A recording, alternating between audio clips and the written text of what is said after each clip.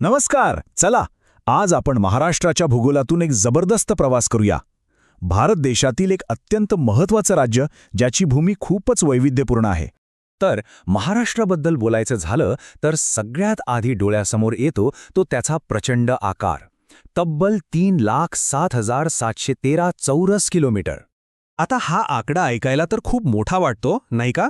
पण याची कल्पना करायची झाली तर विचार करा, अख्खा इटली देश आपल्या महाराष्ट्रात अगदी सहज बसू शकतो. तर आजच्या आपल्या या प्रवासात आपण काय काय पाहणार आहोत? सगळ्यात आधी आपण एक भौगोलिक ओळख करून घेऊ. मग आपण चैतन्यमय कोकण किनारपट्टी, त्यानंतर सह्याद्रीची अभेद्य भिंत आणि मग विशाल दख्खनच्या पठाराबद्दल जाणून घेऊ. यासोबतच महाराष्ट्राचा नैसर्गिक खजिना आणि या भूगोलाचा आपल्यावर काय परिणाम झालाय, म्हणजेच त्याचा चिरस्थायी वारसा, हेही आपण पाहणार आहोत. चला तर मग सुरुवात करूया. सगळ्यात आधी भारताच्या नकाशावर महाराष्ट्र नक्की कुठे वसलाय आणि त्याची रचना कशी आहे हे समजून घेऊ. आज आपण ज्या महाराष्ट्राला ओळखतो त्याची स्थापना 1 मे 1960 रोजी झाली. त्याआधी तो द्विभाषिक मुंबई राज्याचा भाग होता, ज्यात आजच्या गुजरात आणि कर्नाटकचेही काही भाग होते. पण भाषिक आधारावर आपलं महाराष्ट्र राज्य अस्तित्वात आलं. आणि हा प्रदेश किती विशाल आहे याचा अंदाज घ्या. पूर्व-पश्चिम लांबी आहे जवळपास 800 किलोमीटर आणि उत्तर-दक्षिण लांबी आहे 720 किलोमीटर. म्हणजेच क्षेत्रफळाच्या दृष्टीने राजस्थान आणि मध्य प्रदेशानंतर महाराष्ट्र हे भारतातलं तिसरं सर्वात मोठं राज्य आहे. भारताच्या एकूण क्षेत्रफळापैकी जवळपास 9.36% भाग हा एकट्या महाराष्ट्राने व्यापलाय. आता महाराष्ट्राच्या शेजारी कोण कोण आहे हे पाहूया. एका बाजूला अथांग अरबी समुद्र आहे, तर दुसऱ्या बाजूला तब्बल 6 राज्यांच्या सीमा आपल्याला लागून आहेत. उत्तरेला मध्य प्रदेश, पूर्वेला छत्तीसगड, आग्नेयेला तेलंगणा आणि दक्षिणेला कर्नाटक आणि गोवा. चला तर मग आपल्या प्रवासाची सुरुवात करूया महाराष्ट्राच्या पश्चिमेकडील प्रवेशद्वारापासून, म्हणजेच आपल्या चैतन्यमय कोकण किनारपट्टीपासून. उत्तरेला दमनगंगा नदीपासून दक्षिणेला तेरेखोल नदीपर्यंत तब्बल 720 किलोमीटर लांब पसरलेला हा प्रदेश आहे. म्हणजे एका बाजूला सह्याद्रीचे डोंगर आणि दुसऱ्या बाजूला अरबी समुद्र. आणि याची रचना रिया प्रकारची आहे. म्हणजे काय, तर समुद्राचं पाणी नदीच्या मुखातून आतपर्यंत शिरतं आणि त्यामुळे इथे आपल्याला अनेक सुंदर खाड्या बघायला मिळतात. आणि गंमत म्हणजे कोकणाचेही 2 भाग पडतात.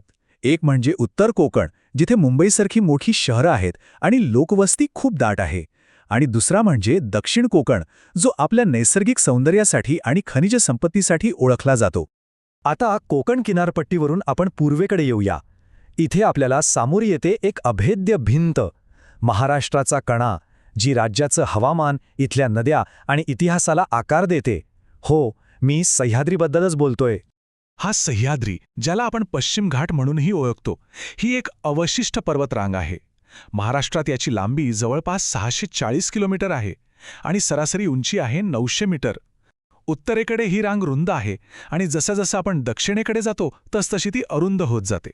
आणि याच सह्याद्रीमध्ये आहेत महाराष्ट्रातली सगळ्यात उंच शिखरं. यात सर्वोच्च आहे कळसुबाई, तब्बल 1646 मीटर उंच.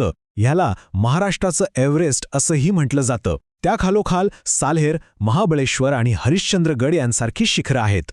आता एक प्रश्न मनात येतो, नाही का, की सह्याद्रीची ही एवढी मोठी नैसर्गिक भिंत असताना शतकानुशतके लोकांनी आणि व्यापाऱ्याने ती ओलांडली कशी असेल?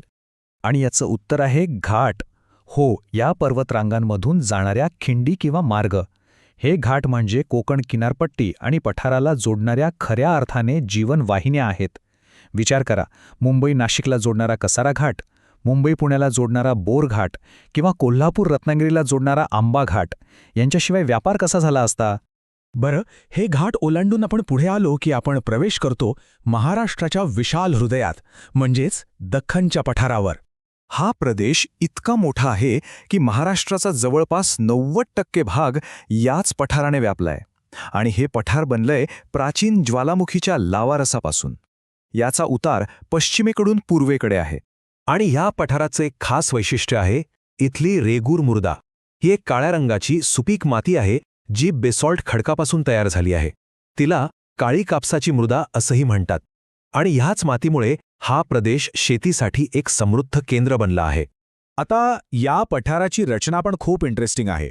इथे सातपुडा, सातमाळा अजंठा, हरिश्चंद्रगड बालाघाट आणि शंभू महादेव यांसारख्या लहान पर्वतरांगा पसरलेल्या आहेत. या रांगा एका सांगाड्यासारखं काम करतात आणि नर्मदा, तापी, गोदावरी, भीमा, कृष्णा यांसारख्या मोठ्या नद्यांची खोरी एकमेकांपासून वेगळी करतात. तर महाराष्ट्राच्या या वैशिष्ट्यपूर्ण भूगोलामुळे राज्याला एक मोठा नैसर्गिक खजिना मिळाला आहे, विशेषतः खनिज संपत्तीच्या बाबतीत. विचार करा, संपूर्ण भारतातल्या मँगनीजच्या साठ्यांपैकी तब्बल 40% साठा एकट्या महाराष्ट्रात आहे. इतकंच नाही तर लोह खनिजाचे 28% आणि बॉक्साईटचे 21% साठेही आपल्याकडे आहेत. तर आता आपण आपल्या या प्रवासाच्या शेवटच्या टप्प्यात आलो आहोत. आतापर्यंत आपण जे काही पाहिलं ते सगळं एकत्र जोडून पाहूया. म्हणजे हे 3 वेगवेगळे प्रदेश मिळून एक अखंड, गतिमान महाराष्ट्र कसा घडवतात हे समजून घेऊया. तर बघा, महाराष्ट्राचे हे 3 स्तंभ आहेत. पहिला, किनारपट्टी, जे आपल्या जगासाठीचं प्रवेशद्वार आहे. बंदरं आणि व्यापारातून ते राज्याला जगाशी जोडतं. दुसरा स्तंभ आहे सह्याद्रीचे पर्वत, जी एक सामरिक भिंत तर आहेच, पण आपल्या प्रमुख नद्यांचं उगमस्थानही आहे. आणि तिसरा स्तंभ म्हणजे आपलं पठार, राज्याचा विशाल कृषी आणि खनिज समृद्ध गाभा. आणि हेच आपल्याला एका अंतिम विचाराकडे घेऊन जातं. ज्वालामुखीच्या अग्नीतून आणि वाहत्या पाण्यातून हजारो वर्षांपासून घडलेली ही आपली भूमी हवामान बदल आणि विकासासारख्या आजच्या आधुनिक आव्हानांना कशी सामोरी जाईल याचा विचार करायला हवा, नाही का?